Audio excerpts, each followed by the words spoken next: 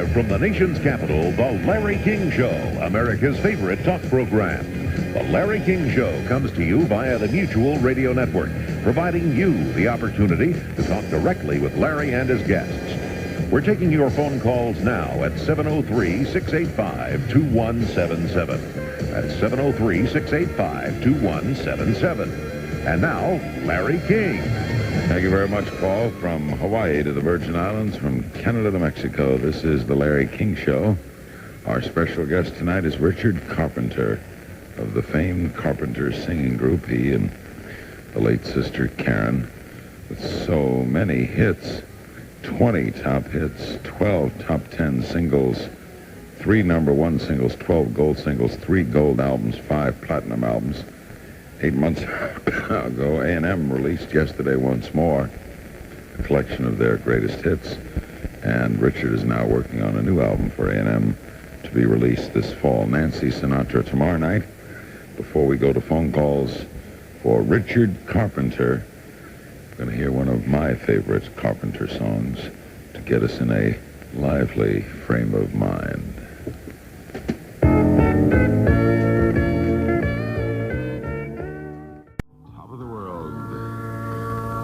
Richard Carpenter, San Jose, California. Hello. Yes, hi. My name is Byron Harkey, and I live in San Jose, but for many years I lived in Downey. And I just wanted to say that I've always enjoyed your music, Richard, and I was very fortunate in getting to meet Karen at Dr. Goslin's office back in 1976. And that I must say that she was very beautiful in person. Yes, she certainly was. Yeah, the camera never did her justice. I must say that much. And you have a question? And I do have a question. My question is regarding your last album that you made, Voice of the Heart. Will the song Now ever be released as a single? I really don't think so, but that is one of my favorites. Now? It's Roger Nichols' melody. Beautiful song. Miami Lakes, Florida. Hello. Hello, Larry. First of all, you're fantastic. Thank Love you. you down here. Quickly, Richard, 2 quick statements and a question. Number one, the song you just played, Top in the World, that tells what it is. You know, Karen might not be with us on the earth, but she's looking down and smiling, knowing what you're doing and keeping the Carpenters alive, and it's beautiful. Thank you. Number two, my wife now was girlfriend. We saw you 13 times in concert, beginning in Des Moines, Iowa, in 1970, matter of fact. Quickly, the question: we can't get a song you sang on one of your first albums called Mr. Gooder. Gooder, yes. Gooder. Could you quickly explain that on the air? What that song was all about? We love you. Keep up the good work. Thank you.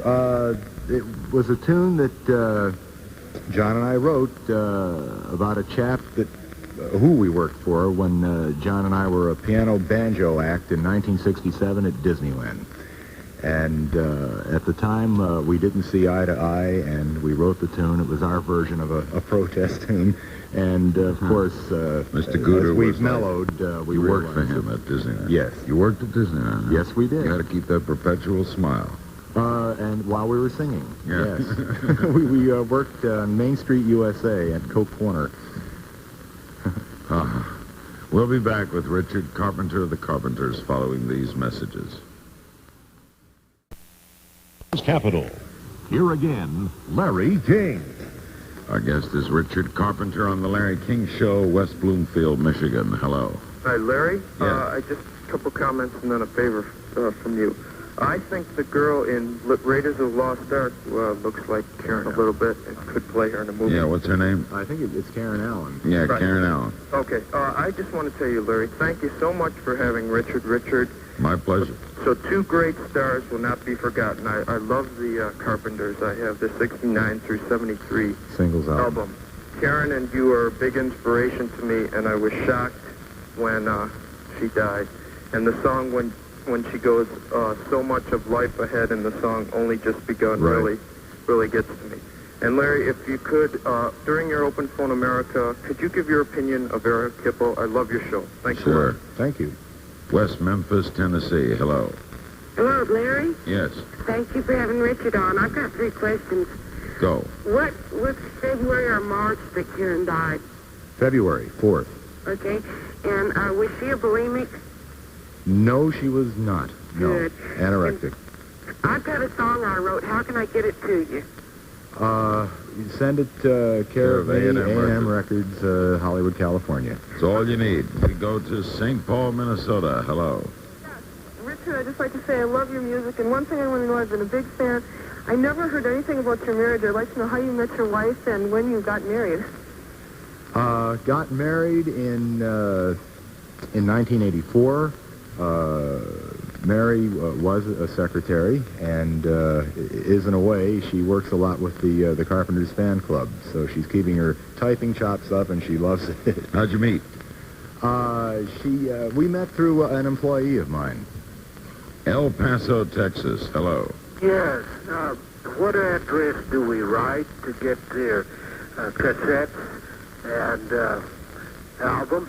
It's in all the record stores. Just the record store? Isn't it? And for some of the, depending on where you're located, if you want some of the older product, it is still available. And certain stores will say it isn't. It is. And you can write A&M and get a what they call a mini catalog, and it will list all the numbers for the current. You just write to A&M Records, 1416 North La Brea. 1416 North La Brea, L-A-B-R-E-A Avenue, Hollywood. 90028. 90028. Thank you. Manitowoc, Minnesota. Hello. Thank you, Larry. Richard, I'd just like you to know that I'm a recovered anorexic, and I had starved myself down to 87 pounds. I'm 5'7.5", and I just want you to know that it was through Karen's death that really prompted me to seek hospitalization and seek recovery, and I really feel that I'm alive today because of her death. And I just want you to know that it was not all for naught. And I just want you to, I want to know, what symptoms did she have following her recovery that you knew that she was still anorexic, that she still had those symptoms? Well, really, the biggest thing as far as a symptom, and I can't say it's really being anorectic, was that she was tired, as I had mentioned, much too tired for the normal Karen. Did she have any of the obsessions or anything like that, as she previously had? Well, I didn't see Karen all that much to be able to answer your question, other than there are certain things as far as maybe dwelling a little too much on a D- problem and turning it a little bit. But other than that, since I didn't see her all that much, I'd say really her lack of energy. Yeah. Lake Worth, Florida, for Richard Carpenter. Hello. Yes, sir. First, a question. How come there was never a TV tribute on one of the three networks to Karen's memory? Well, of course, now Karen passed away not long before the Grammys of that year, but they make it a policy, if you'll think about it, they do not do tributes on the Grammys. And there was one, in fact, that I appeared in on the American Music Awards. Yes, I missed that, and I'm sorry I did, but I just want to say that she had a voice and a style that will never be matched. I agree with you, and I appreciate that. Thank you. She was exceptional. Dallas, Texas. Hello. Yes, I've got kind of a chicken or the egg question for Richard. Which came first, the legendary Crocker Bank commercial or the record release that was only just beginning? The Crocker Bank commercial. It was at the time called the Crocker Citizens Bank. Their advertising people came up with a soft sell approach, which was to show a commercial depicting a young couple getting married and kind of riding into the sunset, and Crocker Bank is there to help. They went to Chuck Kay, who was with Almo Publishing, which is a branch of A&M Records. They assigned two very talented writers, unknown at the time, Roger Nichols and Paul Williams. They wrote the tune, and I heard the tune during that commercial. I was watching it one evening and thought that it had a lot of potential. Who had originally done the vocal on that? Paul Williams. Oh, really? Yeah.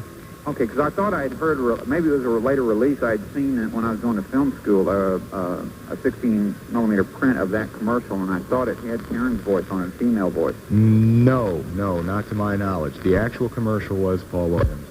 Philadelphia, hello. Hello, Richard. I'd like to compliment you on the video collection you put together. It was well worth the wait.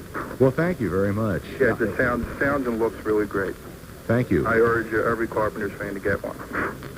And one other song from your Voice of the Heart album called Look to Your Dreams. Yes. It brought a tear when I first heard it.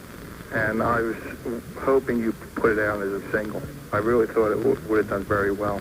Well, we went with the two that we felt were really best suited to be singles. Look to Your Dreams is quite a long piece. However, that is one of John's and my songs and one of Karen's favorites, and I'm glad to hear you think that much of it. Right back with Richard Carpenter after these messages. Larry King. Richard Carpenter after these messages. Larry King. Sarasota, Florida for Richard Carpenter. Hello. Yes, Larry King. This is your affiliate WKXY in Sarasota, Florida. Hi. Yes, I'm talking to you and Richard. I'm doing your show right now on the air, and also when I was in the 6th grade, I was one of the kids who sing with the Carpenters. Ah, yes. And I did out of Valley Forge, Pennsylvania.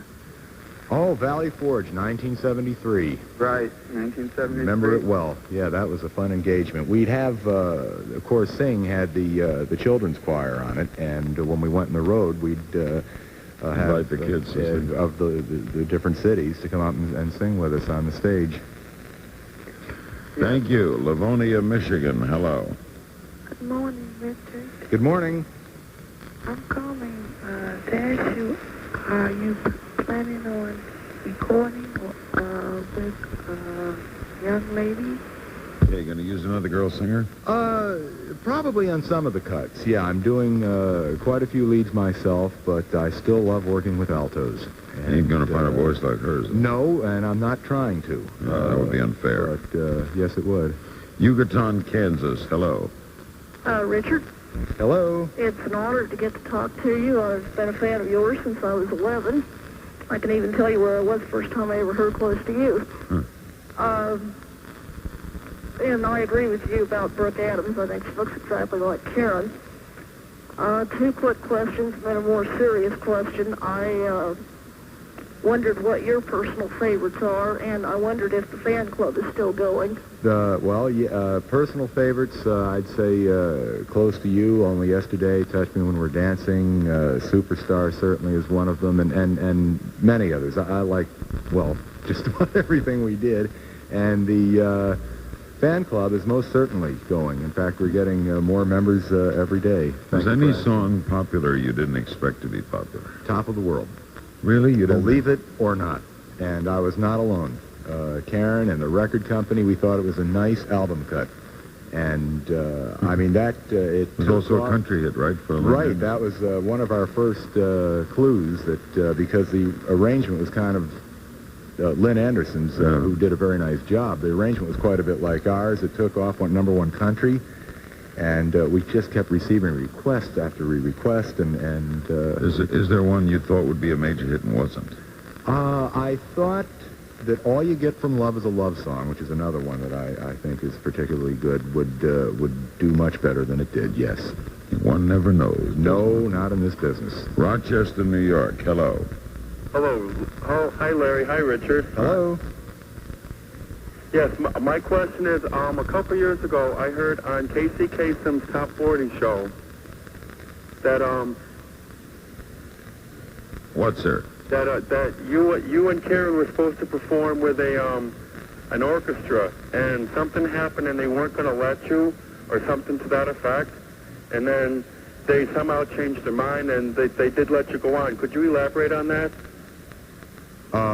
I don't quite recall it, to be honest with you.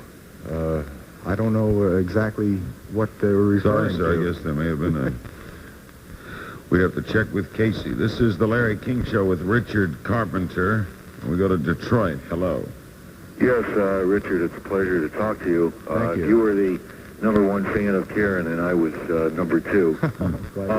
In the song Rainy Days and Mondays, was that one of the big hits for you? Oh, yes. Yes, that did very well. It sold almost a couple million and went to number 2. Did you write that, too? No, that was Roger Nichols and Paul Williams again. Mm-hmm. Question, one of your trips to Pine Knob in this area. Oh, yes. You brought in an orchestra, and I think you introduced a professor that you studied with. That's the person I was talking about a little bit earlier. His name's Frank Fuller, and he did go out on the road and conduct the orchestras for us for a while. Is he the one that wrote Merry Christmas? He wrote the lyric to Merry Christmas, Darling, and he's a good friend and a very good man. Attempting to expand the group, like, a full-blown orchestra?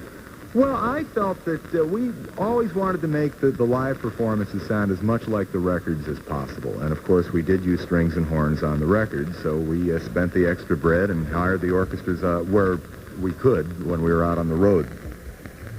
Merry Christmas, Darling. It's beautiful. Thank you. Our guest is Richard Carpenter. Yesterday, Once More, the album, released about 8 months ago, is available through A&M Records, all the Carpenters' hits. We're going to pause for news headlines, a word from your local stations, and we'll get to as many calls as we can in the remaining half hour with Richard Carpenter. Nancy Sinatra tomorrow.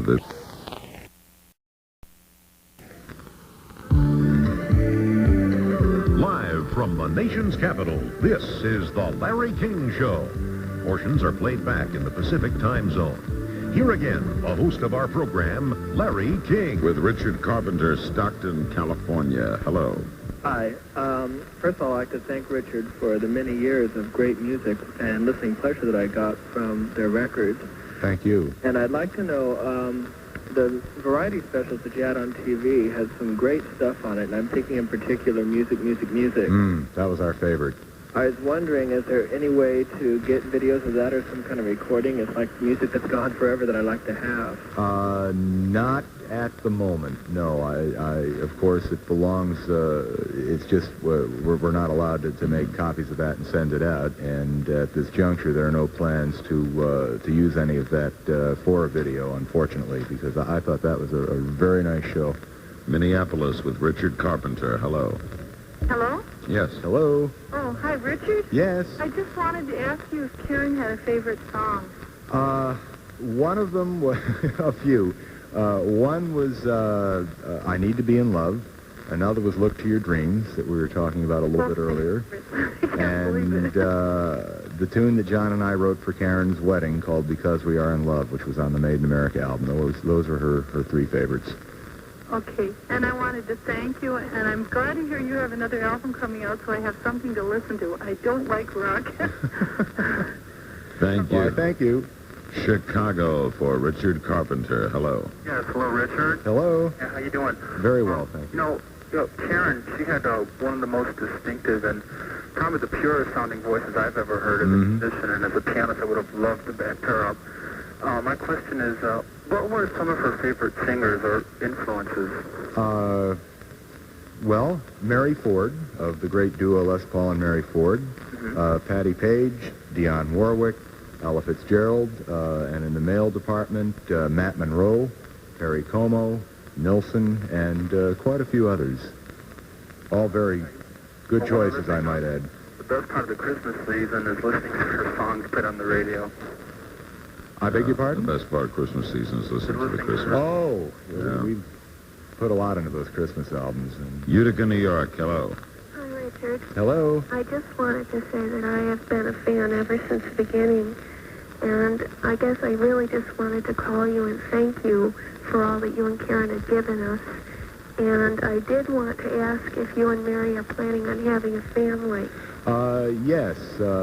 We are in the process now of building a new home in our hometown of Downey, and as soon as that gets completed, then we are going to get on to the family.